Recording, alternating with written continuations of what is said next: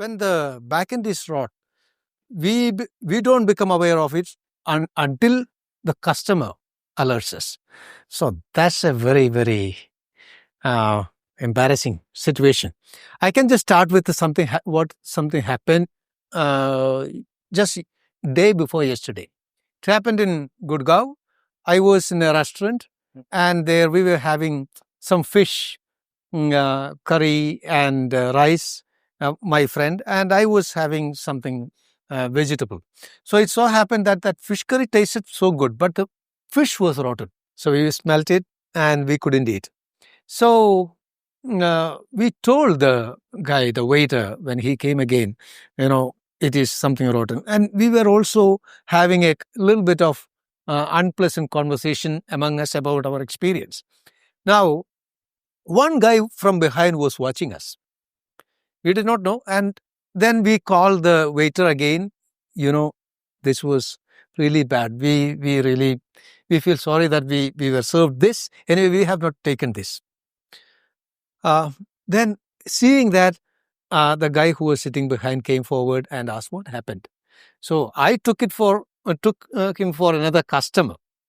Then I told fish was not good. Oh, what happened? No, it is rotten. Really? Was it rotten like that? Yes, we can check. Then we just, I just, showed him, broke it to pieces and showed him. And I smelled and showed. Oh, no, I believe what you said. It's true. Then he instructed the waiter not to charge what is being said. Then we realized that he is the owner of the restaurant. So it is so ugly that we have to report it. So what was failing?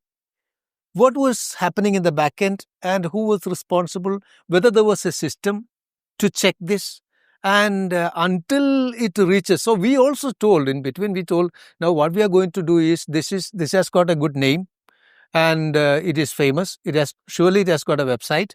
So we will go and we will blow it up there.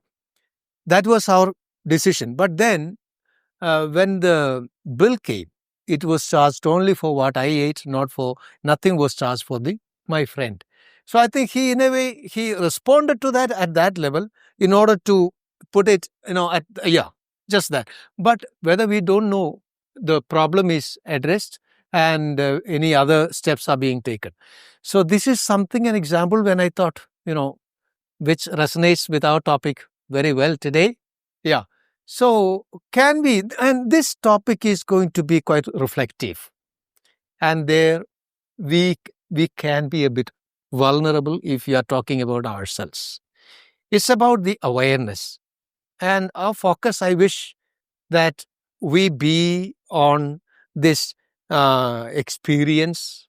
And then we will see, one round we will go for exploring where, how, and what.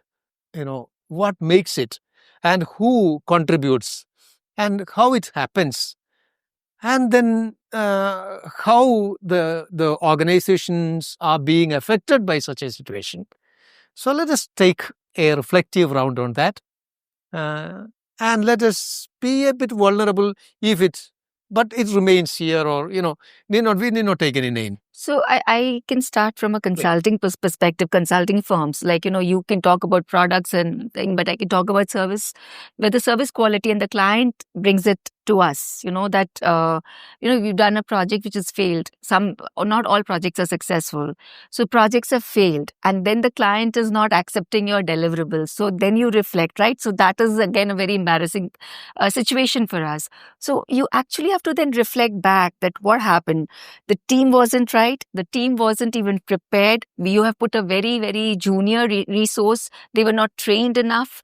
So, for a project to be successful, so there are many ingredients, right? So you need the people form a very important part. So you have to have senior person, you have to have junior folks, you have to have technical people, you have to have a project manager. I'm talking about large scale project management. You have to have program management, because there'll be different streams. So you have to have all these ingredients, and you have to have a communication, you have to have a project plan, a stakeholder management. So these are so many things. So anything which is failing, that can be a, like, a single point of failure, so which could lead to a failure. So when this happens, then you need to reflect back. So there could be many points of failure. The team is very new, very niche. The industry experience was not there. Like, I'm talking about a project which was of insurance company many years ago, 20 years ago.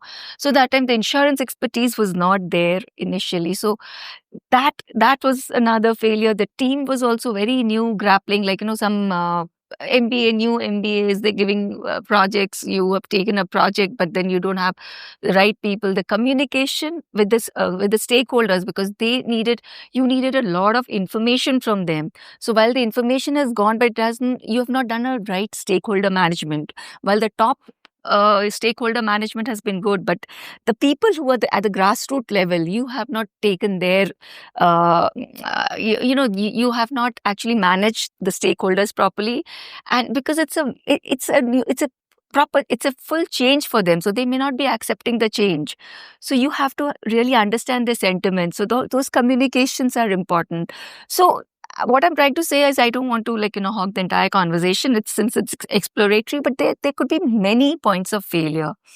And that is where one has to explore, and it comes out only when, the deliverable is just not as per expectation. So where we engage with farmers and, we do processing, primary, secondary. So each stage, there's somebody who's the customer and there's somebody who's providing the services. Okay. And it's a food company. And even till date, we have a traceability concept. Any pack, anywhere in the world, if we have a consumer complaint, we can trace it back to the entire traceability and find out where the problem is. And if organizations and functions, work as if my colleague is my customer who is going to receive my service, I think then this question of waiting for the final consumer to come back might get reduced in an organization space. So, in fact, I'd like to take a stab at. Oh, you're saying okay. Take a stab at this in terms of distinguishing the way in which the solution was offered. For example, systems are built and they are meant to be broken, right? If we accept that as a constant for now, there are organizations which are led by entrepreneurs. For example, the hotel or the 24 mantra. Some of these where the entrepreneurs are leading from the front, the decisions that are taken are quite different.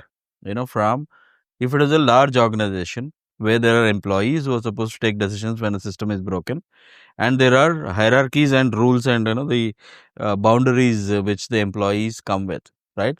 And the decision making process is a little bit delayed, and it takes time to fix it, right? So, but definitely good companies, when you distinguish them from not so good ones, identify that there is a system that is possible for it can be broken, and therefore they go back in the process and go and fix it, so that it doesn't occur again and again. So this is how organizations behave in terms of, yes, there is bound to be a failure, and what am I doing when it is going to be, when there is a, because your narrative in the beginning said we just don't know what decisions were taken by this entrepreneur later on, how they fix the system for future occurrences. But large organizations have this agile methodologies in place which will allow them to really insulate and fix it. It could be a temporary fix for some time, but there will be a permanent fix that will come over the time, right? So that is how organizations evolve, and that's the reason why even after multiple years of existence they keep doing or delighting the customers again and again and again, right? But yes, as leaders, what am I doing as a leader, whether be it I'm in a large organization or whether I'm the entrepreneur on the ground when I'm really seeing the failure occur, right? It is a lead, I mean, if I really step back and see what am I doing as a leader on a daily basis, right? I'm not really having the James Bond, thrills, and every day is a new day and all of that, new geography, new assignment. It doesn't, sound like that. So it is a repeating, day, a rigor of either negotiations, a lot of negotiations in a day, or a lot of conflict resolutions between people in a day, right? This is exactly what a leader is doing on a day-to-day basis. And these are the two things that are trained over the time I mean, there are training rooms where you can go and get yourself trained, or over the time you're actually, on the job, you're learning these, and probably taking experience from your seniors and other mentors, you're gaining experience in how you handle these. I worked in Wipro. I worked in a large corporation called Edeco, Randstad. These are all multi-billion-dollar corporations in different levels and different leadership roles. And what we were trained, and which I agree, is if there is no objection from the customer, there is no opportunity for you to sell or upsell, right? If there is a failure, and God forbid we shouldn't get into a failure situation, but there has to be some objection from your customer, which is seen as an opportunity not to hide behind, or hide behind a process, or hide behind a rule book or whatever, but for you to really jump in, go solve it, and then get the customer loyalty on your side, right? So that's the whole objective of how leaders are trained, and more in customer facing roles, right? So you don't give reasons, you don't really hard negotiate, but you really see that both the parties are happy. Just like how your friend was not billed for the food that was not so well prepared, it is an opportunity for somebody to correct it quickly and then gain that customer loyalty forever. Yes. So that was the urgent, and that was the very first response.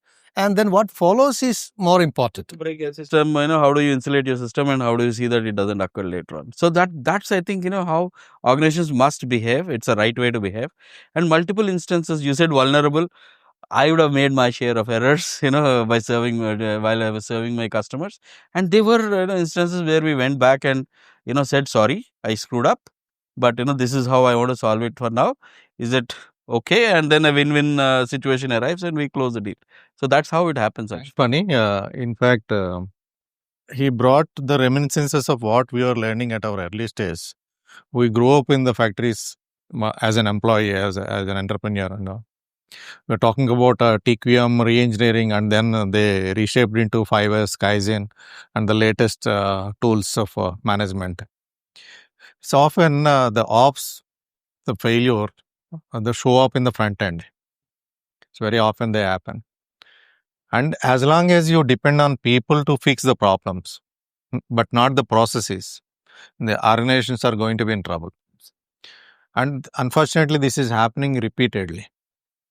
Despite the organizations learning from past mistakes, and we are talking about the multinational companies. We are not talking about those companies who are not accessible to the new management techniques and new management principles. Learned organizations are making mistakes. Because I am coming from the pharmaceutical background, I give few examples. We talk about India is pharmacy of the world. We supply to 215 countries. In fact, it's a matter of great pride for us. Today I posted also, we crossed $30 billion export last year, a record. And it's not just about the volume, the value, but it's on the volume, because we are supplying most affordable prices medicines. In fact, this could have been much, much more in the value, but we are supplying at lesser prices. So keeping that apart, so what happens in the back end? Sometimes very small mistakes, a mislabeling, a misinterpretation, a mix of drugs in the processes, they cost very dearly the organization, and at the same time the value of the company, the value of the organization, and at the end of the day it's a nation's fame, and the products get recalled. Can you imagine a small mistake actually the huge recalls? So people who are in the pharmaceutical industry know small mistakes lead to huge recalls. But the containers recalling the products from the customers and they're already dispersed already from the pharmacies, and but for very small mistakes, I think these things need to be averted. For that we're talking about all the management tools and all, but simply you need to have the determination and that sincerity down the level. It's a pyramid, top from the bottom to top, it has to happen. Top to bottom also it has to happen. When once you fix the problems, the processes fix the problems. Don't rely upon the people. Let the processes do your job. So then things will be going all right.